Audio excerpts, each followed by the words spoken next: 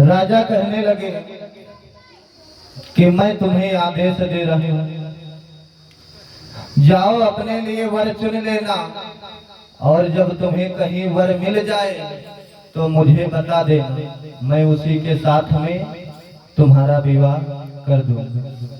धन्य है ऐसी सावित्री जो अपने पिता को बात नहीं मान रही कि पिताजी अगर मैं विवाह चुन लूंगी तो ये समाज के लोग जीने नहीं देंगे, क्या कहेंगे कि राजा की बिटिया अपने लिए खुद वर चुन लिया।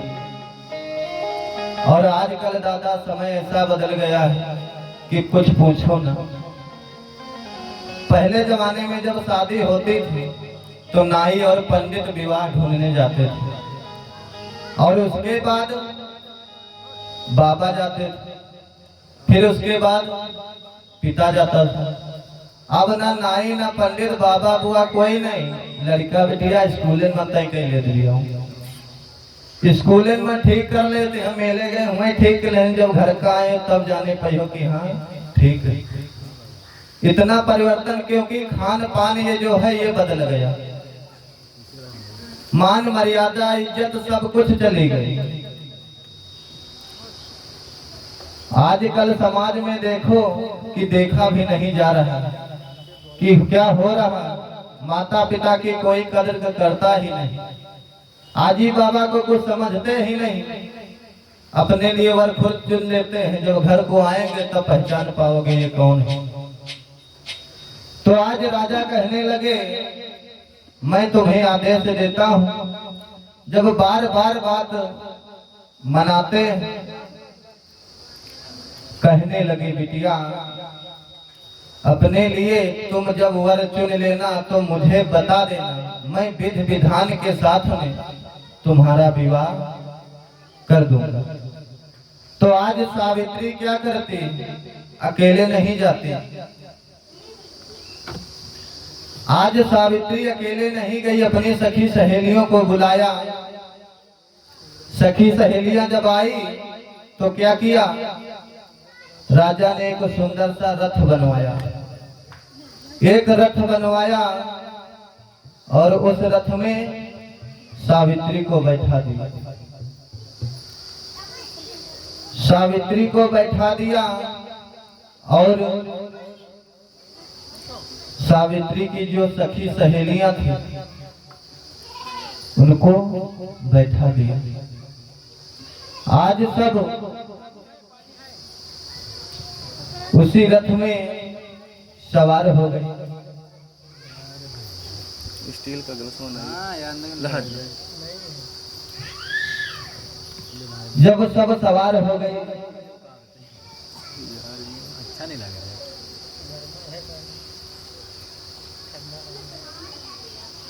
फ्रीज का यार। हाँ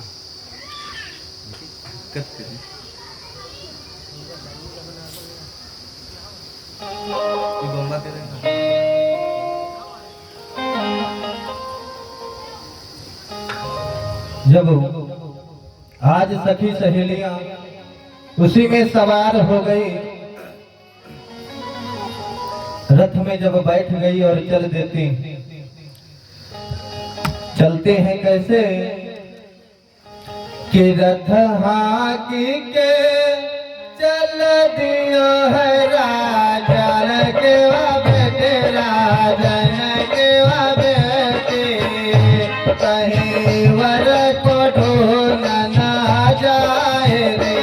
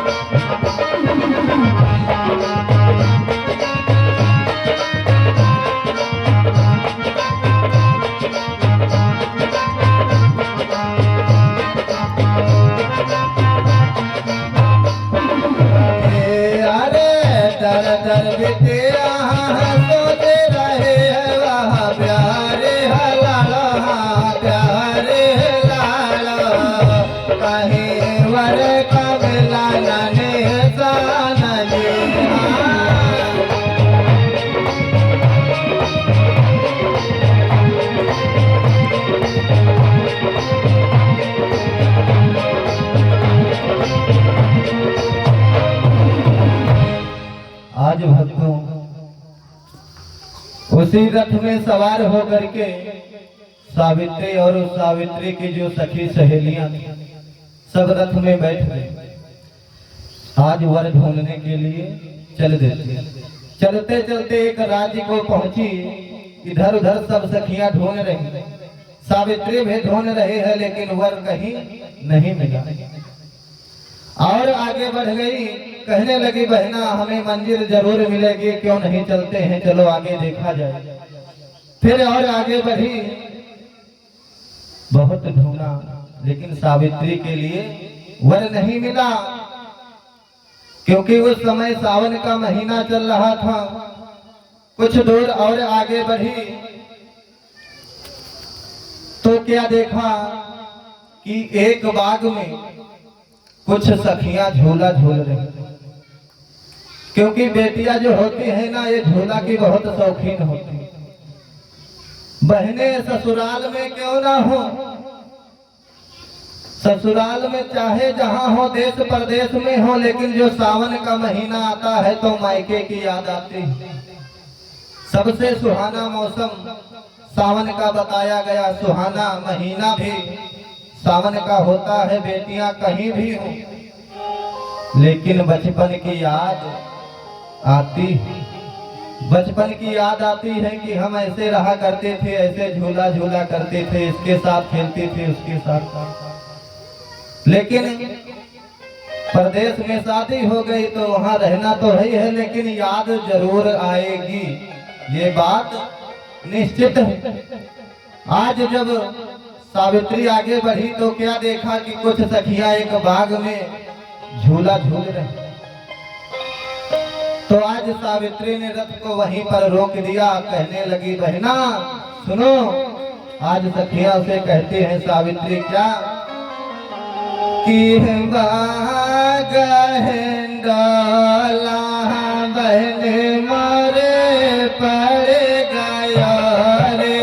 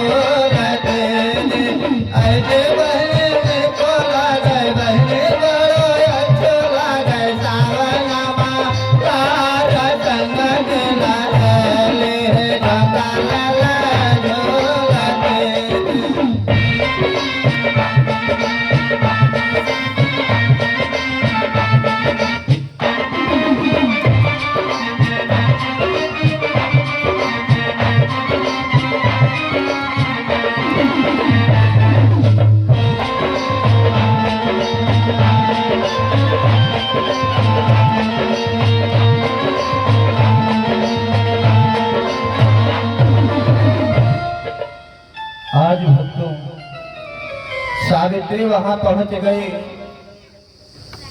अपने रथ को रोक दिया। आज सब सखियां कूद गई रथ से और झूला झूलने लगी।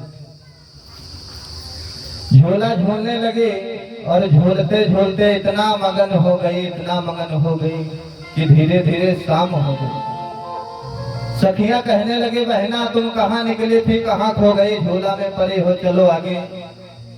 आज सावित्री फिर रथ में बैठ लेती, फिर चल देती है वहां से। चलते चलते एक बियावान जंगल में पहुंची तो क्या देखा कि एक लकड़हारा लकड़ी काट रहा। सावित्री की नजर उस लकड़हारे पर पड़ गई। सावित्री ने रथ को रुकवा दिया। सखियों ने पूछा, बहना जंगल में रथ क्यों रुकवाया? सावित्री कहने लगी कि मुझे जिस मंजिल की जरूरत थी वो मंजिल मिल गई। सखियां कहने लगी, पागल हो गई है क्या, जंगल में तेरी मंजिल कहाँ? सावित्री ने हाथ उठाकर बताया, देखो जो लकड़ी काट रहा है यही हमारी मंजिल है।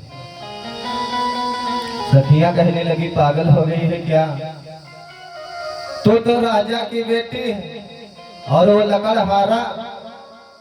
सावित्री ने कहा, कोई नहीं, कोई बात नहीं, मैं उसी के साथ में अब मैं विवाह करूंगी। सखियां कहने लगी, तू पागल है, मूर्ख है, तू एक राजा की बेटी होकर भी इस निर्धन के साथ में विवाह करेगी। लेकिन सावित्री ने कहा,